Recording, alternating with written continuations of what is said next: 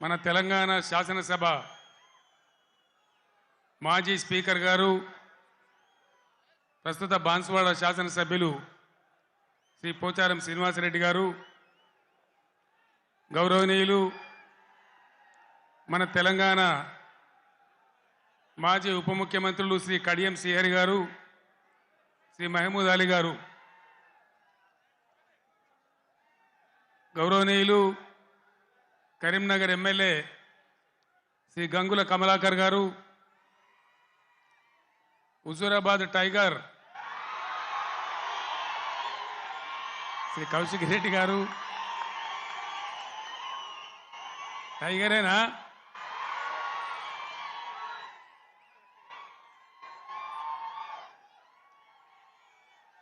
Karimnagar parliament సభ్యులుగా పోటీ చేస్తున్న వినోద్ కుమార్ గారు, పెద్దపల్లి పార్లమెంట్ సభ్యులుగా పోటీ చేస్తున్న శ్రీ ఈశ్వర్ గారు, 2001లో 17 మే నాడు నాతో పాటు ఇదే స్టేజ్ మీద ఉన్న పెద్దలు గౌరవనీయులు మాజీ పార్లమెంట్ సభ్యులు శ్రీ కెప్టెన్ లక్ష్మీకాంతారావు గారు, వేదికను అలంకరించిన గౌరవ శాసన మండలి సభ్యులు, మాజీ కార్పొరేషన్ల చైర్మన్లు, స్థానిక సంస్థల ప్రజాప్రతినిధులు, పార్టీ పెద్దలు, మీ అందరికీ కూడా పేరు పేరున నమస్కారాలు. సభలో ఆసీనులైనటువంటి అన్నదమ్ములకు, అక్క చెల్లెలకు నా నమస్కారాలు. తెలంగాణ ఆశలు అడియాసలై దిక్కు తోచని స్థితిలో భయంకరమైన కరువు కాటకాలతో, కరెంటు కోతలతో, ఆత్మహత్యలకు, వలసలకు ఆలవాలంగా మారిన తెలంగాణ ఇంకెక్కడైతుంది తెలంగాణ?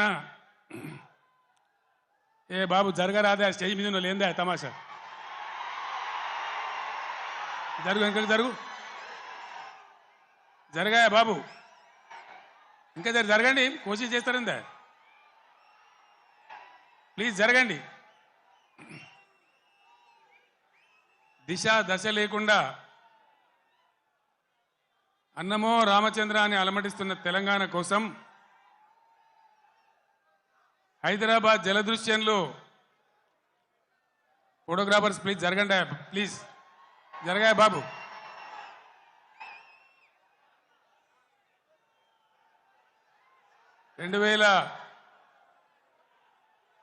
కపిల్ జరుగు.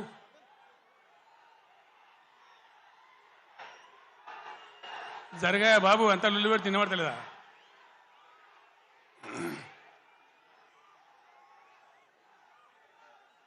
అయితే ఆ రోజు ఎవరికి కూడా విశ్వాసం లేదు.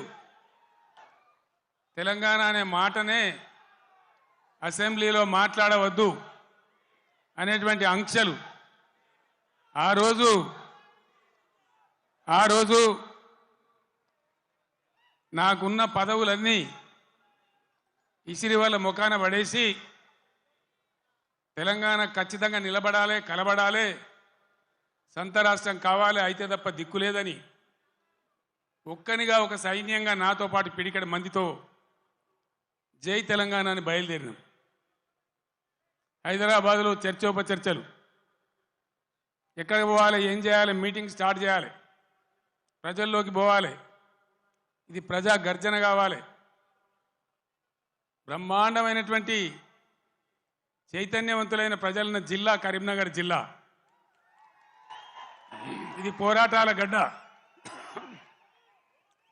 ఇక్కడి నుంచే ప్రారంభించాలని భావించి ఇదే ఎస్ఆర్ఆర్ కళాశాల మైదానంలో ఇదే రాత్రి సమయంలో మే 17వ తేదీ 48 డిగ్రీల ఎండ అయినా కూడా ప్రజల చైతన్యం ఉన్న జిల్లా అని చెప్పి తెలంగాణ ఉద్యమం కోసం ఊపిరిలూదాలని నమ్మి ఇక్కడికి వస్తే ఆనాడు మీరు తెలంగాణ జెండాను ఆకాశమంతా ఎత్తిన గడ్డ ఈ కరీంనగర్ గడ్డ.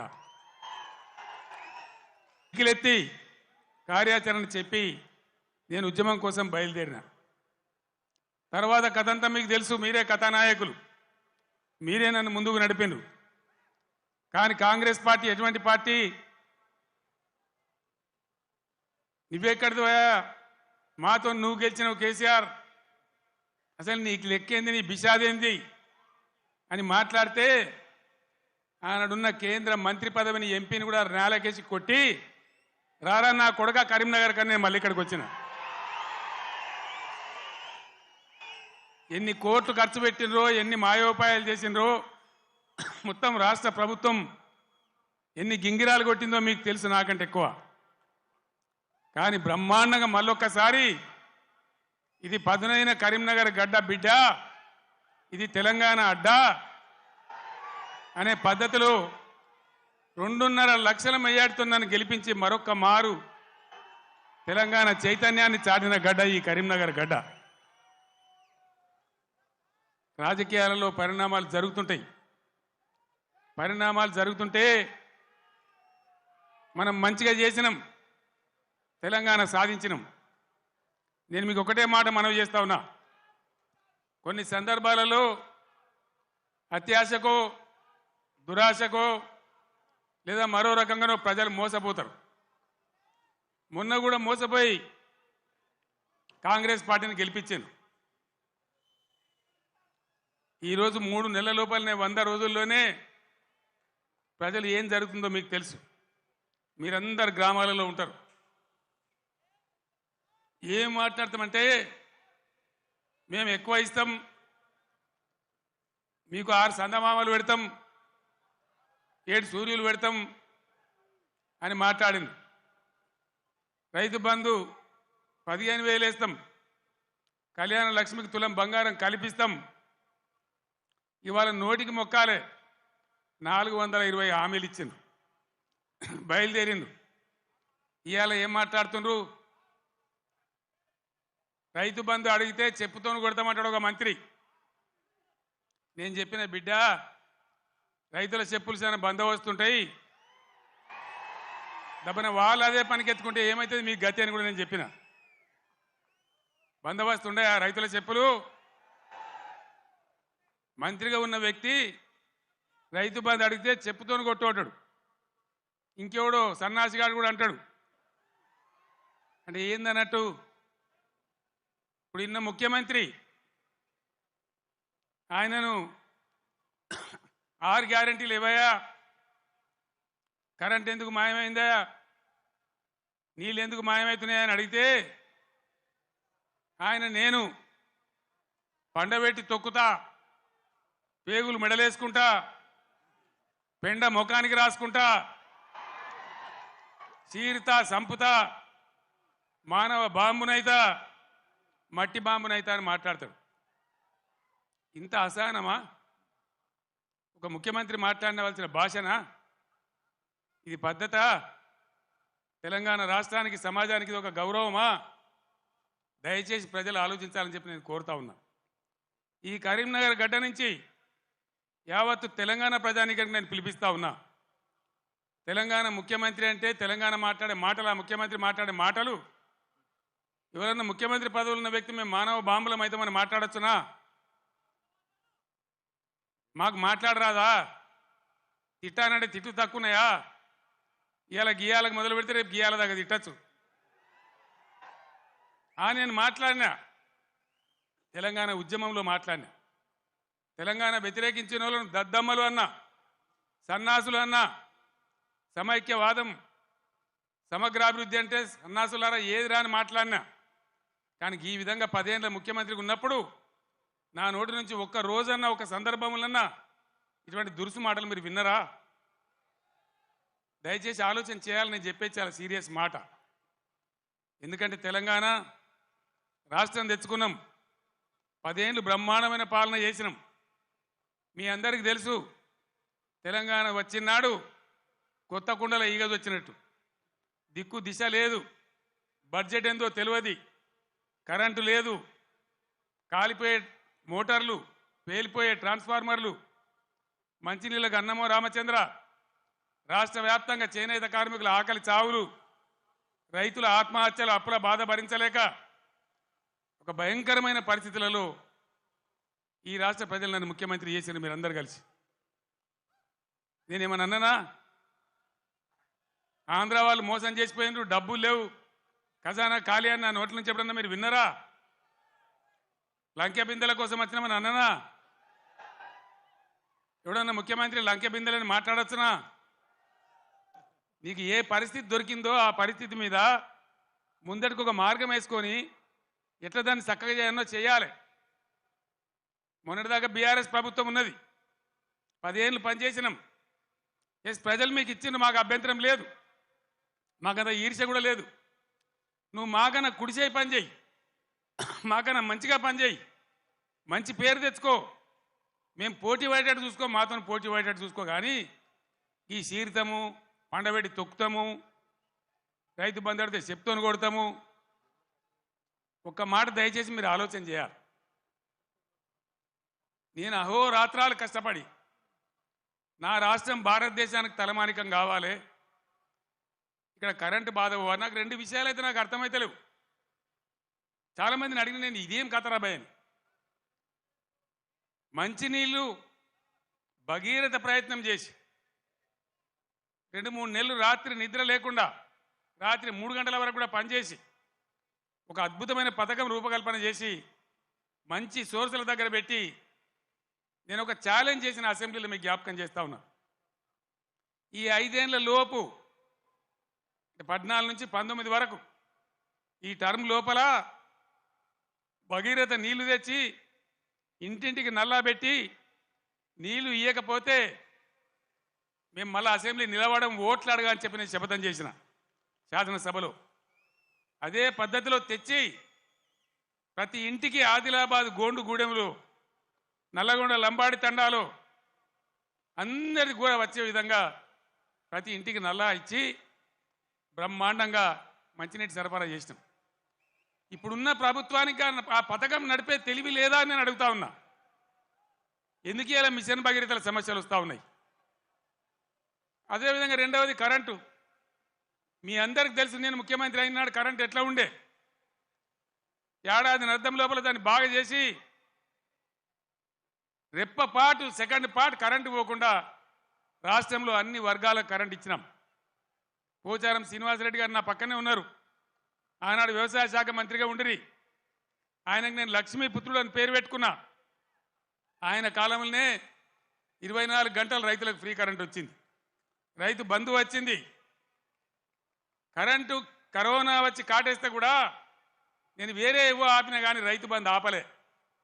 వ్యవసాయం జరగాలి, గ్రామాలు నిలబడాలి, రైతాంగం నిలబడాలని కరోనా వచ్చి బాధ పెట్టినా, ఖజానాల డబ్బులు లేకున్నా, అప్పో సప్పో చేసైనా సరే రైతు బంధు ఆపలే.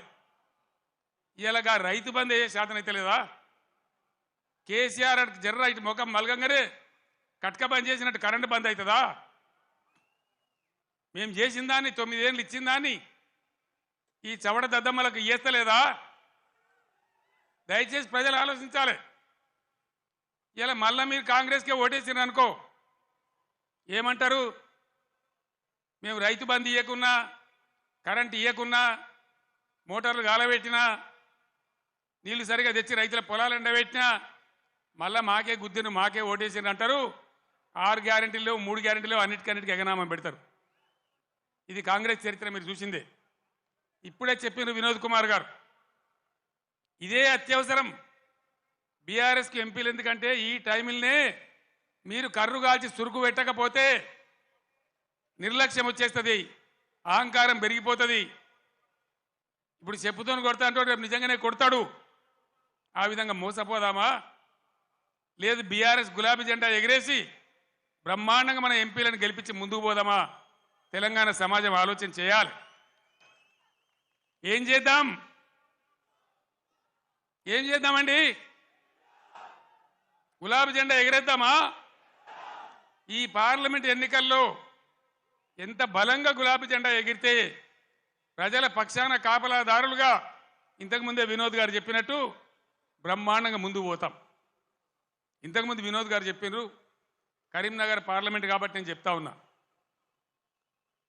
భారతదేశంలో ఎన్ని జిల్లాలు ఉంటే అన్ని జిల్లాలకు ఒక్కొక్క జిల్లాకు నవోదయ పాఠశాల ఇవ్వాలనేది కేంద్ర ప్రభుత్వ చట్టం. మనం 10 జిల్లాలు పోయి 33 జిల్లాలు అయినాం. 150 ఉత్తరాలు రాసిన నేను నరేంద్ర మోడీ గారికి పర్సనల్గా పోయి అడిగిన, ఇది చట్టం ఉన్నదా, ఇది న్యాయం, మేము కొత్త రాష్ట్రం, మేము బాగుపడాలి, ఈమంటే ఒక్క నవోదయ పాఠశాల కూడా ఇవ్వలే, ఒక్కటంటే ఒక్కటి కూడా ఇయ్యలే. ఒక్క నవోదయ పాఠశాల ఇయ్యరు బీజేపీకి. ఒక్క ఓటు కూడా కరీంనగర్ ఎందుకు వేయాలి? ఇవాళ దయచేసి ఆలోచన చేయాలి. దేశవ్యాప్తంగా 157 మెడికల్ కాలేజీలు పెడితే ఒక్క మెడికల్ కాలేజీ కూడా మన తెలంగాణకి ఇయ్యలే. 100 సార్లు అడిగితే కూడా. మరి ఒక్క నవోదయ పాఠశాల ఇవ్వని, ఒక్క మెడికల్ కళాశాల ఇవ్వని బీజేపీకి ఎందుకు ఓటేయాలి? బండి సంజయ్ ఇక్కడ ఎంపీ ఏం చేసినట్టు మీరు దయచేసి ఆలోచన చేయాలి. 5 రూపాయల పని చేసినరా? 5 రూపాయలు ఏమన్నా 10 రూపాయల పని జరిగిందా? ఇంతకుముందు వినోద్ గారు చెప్పిన, నేను మళ్ళీ చెప్పదలుచుకోలే. ఆయన ఉన్నప్పుడు కరీంనగర్ స్మార్ట్ సిటీ కానీ, జాతీయ రహదారులు కానీ, రైలు మార్గం కానీ, ఇంకా అనేక ఇన్స్టిట్యూట్స్ గురించి కానీ కేంద్రంతో పోరాటం చేసిండు. చాలా ఎక్కువసార్లు పార్లమెంట్లో మాట్లాడిండు. అసలు బండి సంజయ్కు వినోద్ కుమార్కు పోలిక ఉన్నదా? దయచేసి మీరు ఓటు పోసే ముందు ఆలోచించాలని కోరుతా ఉన్నా. ఎటువంటి వాడు మన ఎంపీగా ఉంటే మనకు లాభం అవుతుంది? నిజాయితీగా ఉండి నా ఎంబడి నిజాయితీగా ఆశాంతం ఉద్యమ పొడుగున ఏనాడు కూడా మడమ తిప్పకుండా పనిచేసిన నాయకుడు వినోద్ కుమార్. నిజాయితీకి మారుపేరుగా ఉన్న వ్యక్తి వినోద్ కుమార్. ఏ జిల్లా ప్రజలైతే తనను ఎంపీ గెలిపించిండ్రో వాళ్ళ కోసం అన్ని రకాలుగా ముఖ్యమంత్రిగా నాతోని కానీ కేంద్రంతో కానీ కొట్లాడి ఈ ప్రాంతానికి పనులు కానీ, డబ్బులు కానీ, నిధులు కానీ రాబట్టడానికి అన్ని విధాలా పనిచేసిన వ్యక్తి వినోద్ కుమార్. దయచేసి ఆలోచన చేయాలి. కేసీఆర్ ఉన్నాడు, ఒక ఎకరం పొలం ఎండిందా? మరి ఇవాళ ఏం బీమారి వచ్చింది? ఈ బీమారి ఇట్లనే ఉండన్నా? మళ్ళా తెలంగాణ ఆత్మహత్యలు రావన్నా? మేము ఏం చేసినా ఒక పథకం ప్రకారం చేసినాం, ఒక సిస్టమ్ ప్రకారం చేసినాం. తెలంగాణలో వ్యవసాయ స్థిరీకరణ జరగాలని వ్యవసాయ పాలసీ పెట్టుకున్నాం. నాకు ఎవరు దరఖాస్తు చేయలే, దండం పెట్టలే, ఎవరు ధర్నా చేయలే. రైతు బంధు తెచ్చినాం. దేశంలో ఏ రైతు నాయకుడు తేలే. చరణ్ సింగ్, దేవిలాలు, మహారాష్ట్రలో వసంత్ దాదా పాటిల్, చాలామంది రైతు బిడ్డలు ముఖ్యమంత్రులు అయినారు. కానీ వాళ్ళు ఎవరు పెట్టలే. ఇండియాలోనే మొట్టమొదటిసారిగా రైతు బంధు అనే పథకం పేరు పెట్టి స్టార్ట్ చేసిందే కేసీఆర్ ప్రభుత్వం కాదా? మీరు ఆలోచించాలని నేను కోరుతా ఉన్నా. రైతు బీమా, రైతు చచ్చిపోతే అడిగే దిక్కు లేకుండే. రైతు ఏ గుంట భూమిన రైతు చనిపోయినా 5 లక్షల రూపాయల బీమా తెచ్చిపెట్టినాం. ఇలా దాని గురించి వివరం లేదు. ఏ విధంగా పరిశ్రమలు వచ్చినాయి, ఏ విధంగా ఐటీ వచ్చింది, ఏ విధంగా రాష్ట్ర జిఎస్డిపి పెరిగింది, ఏ విధంగా రాష్ట్ర పర్ క్యాపిటా పెరిగింది. దయచేసి కరీంనగర్ మేధావులు, తెలంగాణ ప్రజలు తమ పార్లమెంట్లో ఓటేసే ముందు ఈ విషయాలన్నీ కూడా ఆలోచన చేయాలి. మీ అందరినీ కూడా నేను కోరేది ఒకటే. నేను పెద్ద లంబా చెవుడా గంటసేపు మాట్లాడా, మీరన్నీ చూస్తున్నారు. ప్రతిదానికి మీరే సాక్షులు. కేసీఆర్ నాడు ఎట్లా పచ్చని పొలాలుండే, ఎట్లా 24 గంటల కరెంటు ఉండే, ఇలా ఇంత మాయలమే ఎట్లా మాయమైనాయి, ఎందుకు మాయమైనాయి? ఈ అసమర్థ కాంగ్రెస్ పాలకులు బోగస్ మాటలు చెప్పిండ్రు. రైతులకు బోనస్ ఇస్తామన్నారు. మొన్న వానకాలం పంట బోనస్ ఇచ్చిండ్రా? ఇప్పుడు యాసంగి గురించి ఇస్తామని చెప్తున్నారా? అంటే బోనస్ బోగస్ అయిపోయింది. ఈ విధంగా అనేక విషయాలలో పదవికి ఇప్పుడే వచ్చినాం కదా, ఇప్పుడే అబద్ధం ఎట్లా ఆడితే ఎట్లా అనే ఇది కూడా లేకుండా అడ్డగోలుగా మాట్లాడుకుంటూ, నానా బూతులు మాట్లాడుకుంటూ, ఒకటే రకంగా కేసీఆర్ మీద ఏడ్చుకుంటూ వాళ్ళు పనిచేస్తూ ఉన్నారు. మీరు చూస్తూ ఉన్నారు. కాళేశ్వరం ప్రాజెక్ట్, దానిలో మేడిగడ్డ బ్యారేజు 100 కాంపోనెంట్లలో అదొక చిన్న కాంపోనెంట్. దాంట్లో కొంచెం ఇసుక జారి 2 పిల్లర్లు కుంగినాయి.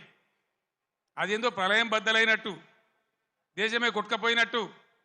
నేను 2-3 రోజుల తర్వాత టీవీలో కూర్చుంటున్నా, ప్రతి ఇంటికి చేరుకొని చెప్తా కాళేశ్వరం సంగతి ఏందో, ఎందుకు గట్టినమో. కాళేశ్వరం పుణ్యమే కదా, ఎంత బ్రహ్మాండంగా ఈ జిల్లాలో నీళ్ళు వచ్చినాయి. ఏ విధంగా మిడ్ మానేరు ఎల్ఎండి నిండి ఉంటుండే, ఏ విధంగా చెరువులు, చెక్ డ్యాములు, మత్తళ్ళు దుంకుతుండే. చాలా దుఃఖం కలుగుతూ ఉంది మనసుకు. నా కండ్ల ముందే ఇంత తొందరలోనే ఈ కరెంటు మాయం కావడం, రైతులు కళ్ళలో నీళ్లు పెట్టుకోవడం, సోషల్ మీడియాలో చూస్తూ ఉంటే అనేక చోట్ల రైతులు పొలాలు కాలబెడతా ఉన్నారు, గొర్రెలను మేపుతా ఉన్నారు, గొడ్లను మేపుతా ఉన్నారు. వాళ్ళు అట్లా నాశనం అవుతుంటే కూడా నేను పేగులు మెడలేసుకుంటా, పండబెట్టి తొక్త డైలాగులే తప్ప రైతు సోదరులారా భయపడకండి.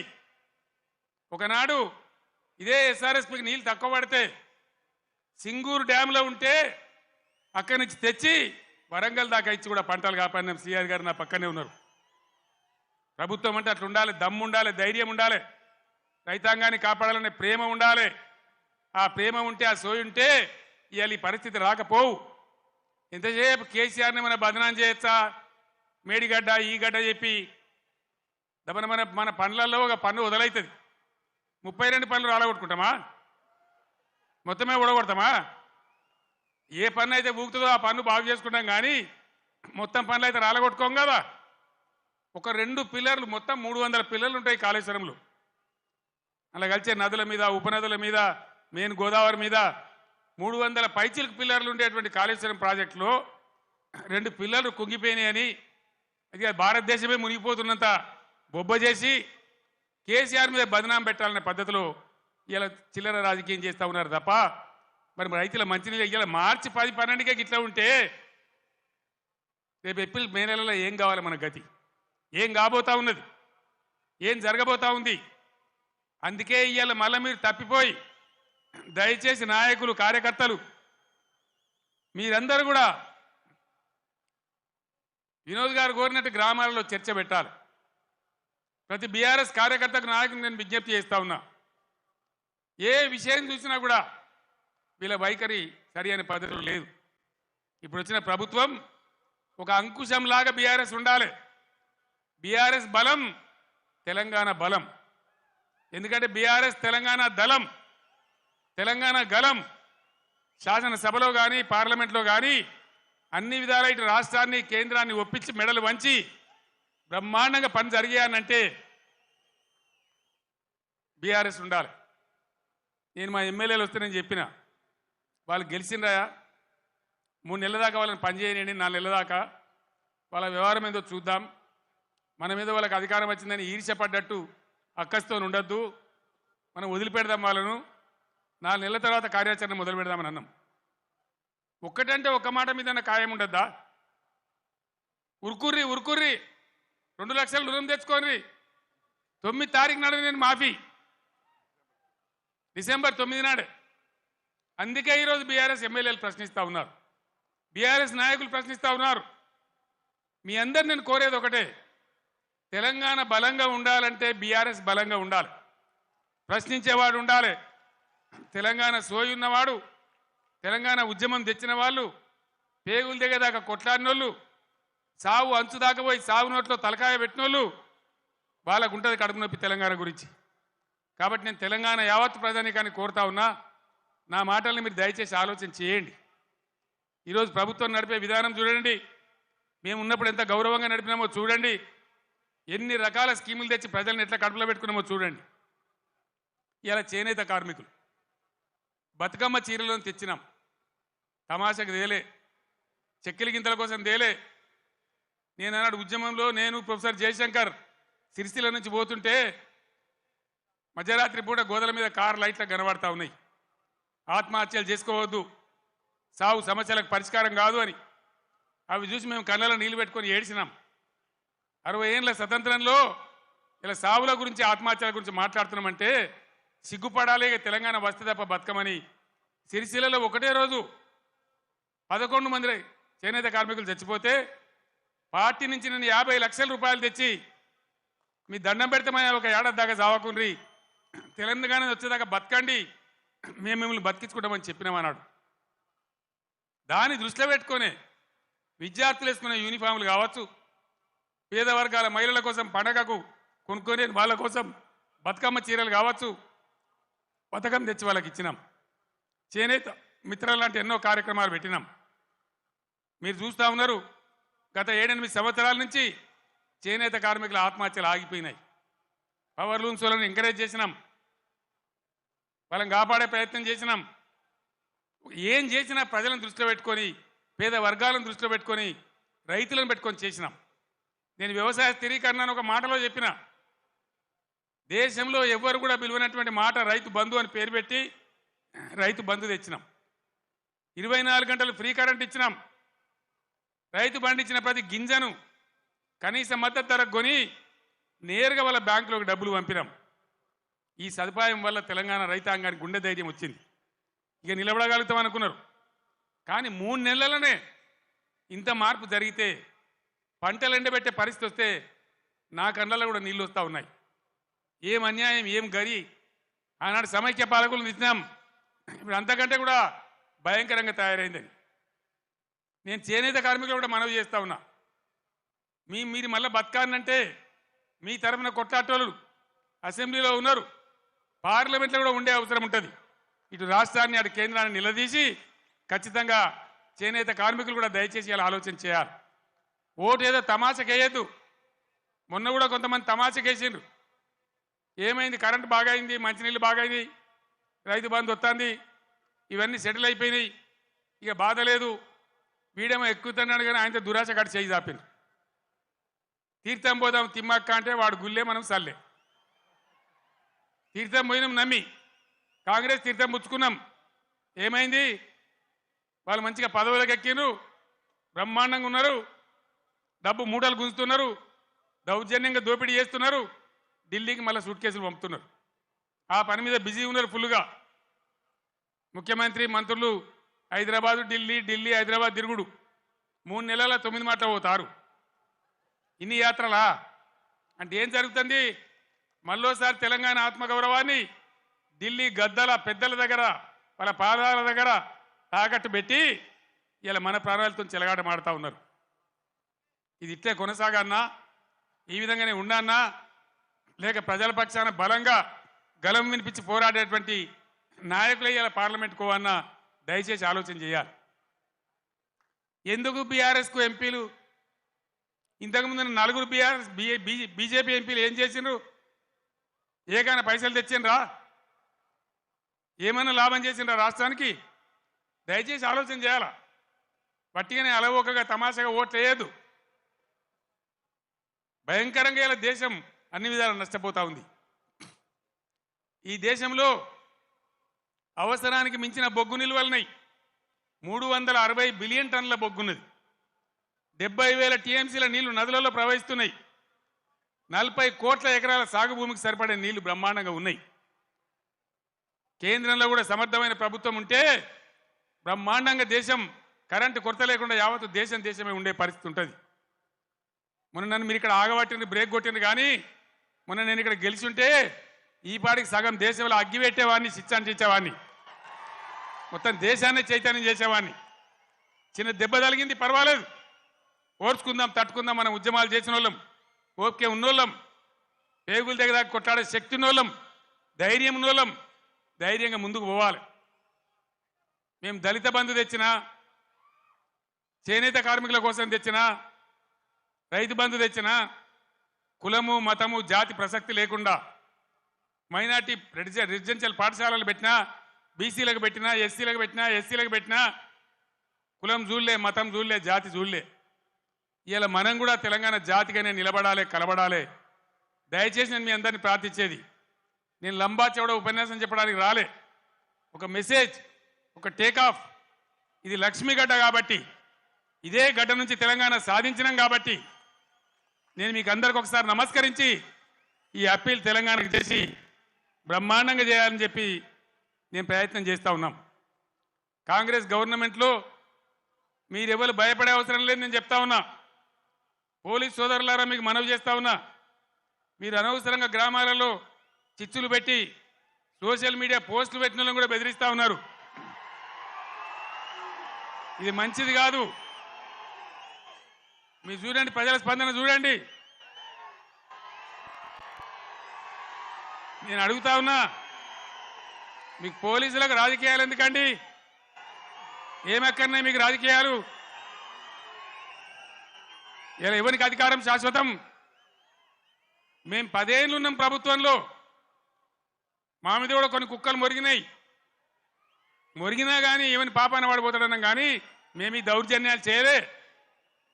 మేము ఉన్ననాడు కనుక పోలీసులు ఇయ్యేలా చేసే దౌర్జన్యాలు పోలీసుతో చేయిస్తే ఈ కాంగ్రెస్ వాడు ఒక్కడు మిగులునా అసలు ఈ రాష్ట్రంలో? మేము అటుపోలే, ఆ దారి పట్టలే. మేము ప్రజల సంక్షేమం కోసం పనిచేసినాం, 24 గంటల కరెంటు కోసం పనిచేసినాం, పేద ప్రజల ఆకలి తీర్చాలని పనిచేసినాం. ముసలి మురిగ వాళ్లకు 2000 రూపాయల పెన్షన్ ఇచ్చి ఆదుకున్నాం. ఎంత చెప్పినామో అంత అమలు చేసి చూపించినాం. ఒకటో అరనో తప్పితే అన్నిటికన్నీ అమలు చేసినాం. 1,70,000 మంది విద్యార్థులకు ఉద్యోగాలు కల్పించినాం. అన్నీ కూడా చేసినాం. సరే, జరిగింది ఏదో జరిగింది. భవిష్యత్తులో ఇప్పుడు జరగాల్సింది, నేను మీ అందరినీ కోరేది, ఈ కరీంనగర్లో నిలువెత్తున తెలంగాణ సోయి నింపుకున్నవాడు మన వినోద్ కుమార్. క్లీన్ క్యారెక్టర్ అన్న వ్యక్తి మన వినోద్ కుమార్. ఈయనకు బండి సంజయ్కి పోలిక లేదు, పొంతన లేదు, నక్కకు నాగలోకి అనుకున్న తేడా ఉంది. ఈ విషయాలు గమనించి ఎవరుంటే బాగుంటుంది అనేది మీరు నిర్ణయించి దయచేసి వినోద్ కుమార్ గారిని గెలిపించాలి అని నేను కోరుతా ఉన్నా. ఎవరన్నా ఈరోజు కాంగ్రెస్ వాడు కానీ బీజేపీ వాడు కానీ గుండెల నిండా జై తెలంగాణ అంటాడా? ఎవరనాలి? మళ్ళా ఇదే గులాబీ జెండా, ఇదే వినోద్ కుమార్. వినోద్ కుమార్ ఉపన్యాసం మొదలుపెట్టేటప్పుడు ముగించేటప్పుడు 2 సార్లు గుండె పగిలిపోయేలాగా జై తెలంగాణ అన్నాడు. నేను కూడా మీ అందరినీ కోరుతున్నా, ఆనాడు 17 నాడు 2001 మే 17 ఎట్లయితే సింహగర్జన చేసినామో అదేవిధంగా ఇలా మత సామరస్యంతో కులం మతం జాతి లేకుండా అందరం కలిసి ముందుకు పోవాలి, అందరం గొప్పగా బతకాలి. ఇవాళనే రంజాన్ ప్రారంభమైంది. తెలంగాణ వ్యాప్తంగా ఉన్న ముస్లిం సోదరులందరికీ ఈ కరీంనగర్ వేదిక నుంచి నేను రంజాన్ శుభాకాంక్షలు తెలియజేస్తా ఉన్నా. రంజాన్ ముబారక్ కూడా తెలియజేస్తా ఉన్నా. అందరం కలిసి తెలంగాణ జాతి యావత్తు ఏకతాటిపై నిలిచి కుల మతాలకు అతీతంగా అందరం బాగుపడే కోసం మళ్ళా ఈ గులాబీ జెండా ఉంటేనే తెలంగాణకు రక్ష. కాబట్టి ఈ పార్లమెంట్ ఎన్నికల్లో అన్ని స్థానాలలో కూడా మనం ముందుకు దూసుకొని పోవాలి. కార్యకర్తలకు నాయకులకు నా మనవి, పవర్ బ్రోకర్ గాళ్ళు ఎప్పుడు ఉంటారు, కొన్ని బేవార్స్ ఛానళ్ళు ఎప్పుడు ఉంటాయి. బీఆర్ఎస్ పుట్టినాడే అన్నారు, ఇది మకల పుట్టింది పుబ్బల పోతుందని. పుబ్బల పోలే మీ ఈపులే పలిగినాయి బిడ్డ. ఎక్కడి దాకా మిమ్మల్ని ధర్మం మీకు తెలుసు. తెలంగాణ ఉన్ననాడు ఉండేదాకా బీఆర్ఎస్ భూమి ఆకాశం ఉన్నన్ని రోజులు ఈ గులాబీ జెండా ఉంటుంది, ఇది ఖాయమని చెప్పి నేను మనవి చేస్తా ఉన్నా. అక్కడనో ఇక్కడనో కూడా తలమాంచ కూడా ఒకడో ఇద్దరో పోతే కొన్ని బేవార్స్ ఛానళ్ళు ఇక బీఆర్ఎస్ కథమైపోయిందని మాట్లాడుతూ ఉన్నారు. అట్లా ఇదివరకు కూడా అట్లా అన్నోడు కథమైంది, కానీ గులాబీ జెండా ఇప్పుడు కథం కాలే బిడ్డ. యాది పట్టుకోవాలి, జాగ్రత్త. మీ దొంగ ప్రచారాలకు ఇప్పుడు ఇక్కడ భయపడేవాడు లేడు. మన కొద్ది రోజులలోనే ఎంత వైభవంగా బీఆర్ఎస్ వచ్చి మళ్ళీ ఎట్లా తెలంగాణను తీర్చిదిద్దుతుందో మీరే కళ్ళారా చూస్తారు. మళ్ళీ మీరే సలాములు కొట్టుకుంటూ వస్తారు. కాబట్టి మీ బేవార్స్ బ్రోకర్ ప్రచారాలు బంద్ చేయండి. ఎవడో నలుగురు పోతే మనకు పెద్ద పోయేదేం లేదు. ధైర్యంగా ఉన్న కార్యకర్తలు ప్రజాశక్తిని కూడదీసి మనం ముందుకు పోయి అద్భుతంగా మళ్ళా విజయాన్ని సాధిద్దాం. మన రాష్ట్రాన్ని గొప్పగా తీర్చిదిద్దుకుందాం. ఈ పార్లమెంట్ ఎన్నికల్లో కరీంనగర్ నుంచి వినోద్ కుమార్ గారిని గెలిపించాలని కోరుతున్న సెలవు తీసుకుంటామని. జై తెలంగాణ, జై తెలంగాణ.